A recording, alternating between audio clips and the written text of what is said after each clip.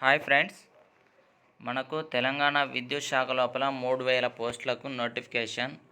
భర్తీ చేయబోయే పోస్టులు, అర్హతలు, నోటిఫికేషన్ తేదీ, వివరాలు ఇవే అని చెప్పేసి ఒక ప్రకటన అయితే రావడం జరిగింది. వివరాల్లోకి వెళ్తే, తెలంగాణలోని విద్యుత్ సంస్థలో 3000 ఉద్యోగాల భర్తీ, దానికి కావాల్సిన క్వాలిఫికేషను మరియు నోటిఫికేషన్ డేట్ల వివరాలు చూస్తే, ఇప్పటి వరకు ఉన్న ఖాళీల సమాచారం ప్రకారం విద్యుత్ శాఖలో దాదాపుగా 3000 పోస్టులు ఖాళీగా ఉన్నాయి. నోటిఫికేషన్ విడుదల చేసే సమయానికి ఈ పోస్టుల సంఖ్య ఇంకా పెరిగే అవకాశం ఉంది. అవి ఏ పోస్టులు అంటే భర్తీ చేయబోయే పోస్టులు assistant linemen, junior linemen, JLM, sub engineer, సహాయ ఇంజనీర్ వంటి వివిధ రకాల ఉద్యోగాలను భర్తీ చేస్తారు. ఏఈలు అయితే ఇంకా మనకు మెన్షన్ చేయలేదు.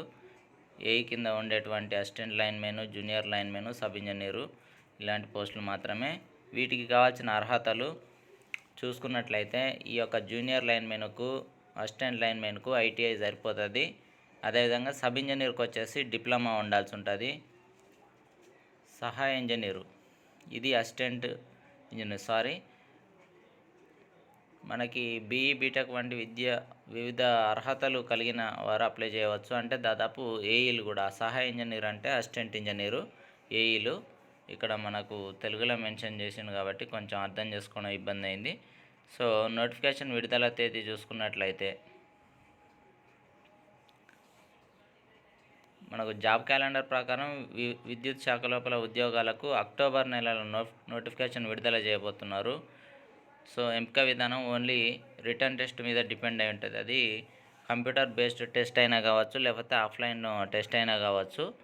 సో ఐటీఐ వాళ్ళు కానీ, డిప్లొమా వాళ్ళు కానీ, బీటెక్ వాళ్ళు కానీ, బీటెక్ ట్రిపుల్ ఈ వాళ్ళకు ఎక్కువ ప్రిఫరెన్స్ ఉంటుంది.